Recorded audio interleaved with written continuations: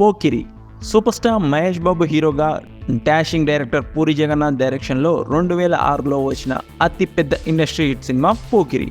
అప్పట్లో 70 ఏళ్ల సినీ చరిత్రలో కని విని ఎరుగని అత్యద్భుత విజయాన్ని అందుకోవడంతో పాటు అప్పటి వరకు ఉన్న సినిమా రికార్డులన్నింటినీ తుడిచిపెట్టిన సినిమా పోకిరి. పోకిరి పెద్ద హిట్ అయిన సందర్భంగా మహేష్ బాబుతో పాటు చిత్ర యూనిట్ ప్రెస్ మీట్ లో పాల్గొన్నారు. అప్పుడు ఒక జర్నలిస్ట్ మహేష్ ని కాంట్రవర్సీలోకి లాగాలని ఇలా అడిగారు.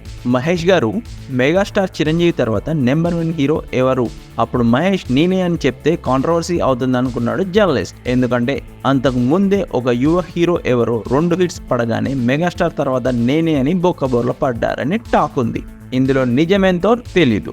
ఎంతో మెచ్యూర్ థింకింగ్ ఉన్న మహేష్ జర్నలిస్ట్ క్వశ్చన్ కి చక్కటి ఆన్సర్ ఇచ్చారు.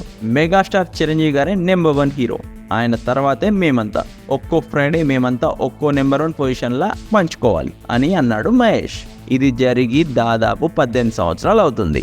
మెగాస్టార్ తర్వాత నెంబర్ 1 అనేది ఇప్పటికీ లేదు. పవన్, మహేష్, ప్రభాస్, జూనియర్ ఎన్టీఆర్, రామ్ చరణ్, అల్లు అర్జున్ లాంటి టాప్ స్టార్స్ మాత్రమే ఉన్నారు. తెలుగు సినిమా రంగంలో నెంబర్ 1 పొజిషన్ ని ఎంజాయ్ చేసింది ఇద్దరు. ఒకరు విశ్వవిఖ్యాత నట సార్వభౌముడు సీనియర్ ఎన్టీఆర్, ఇంకా మెగాస్టార్ చిరంజీవి.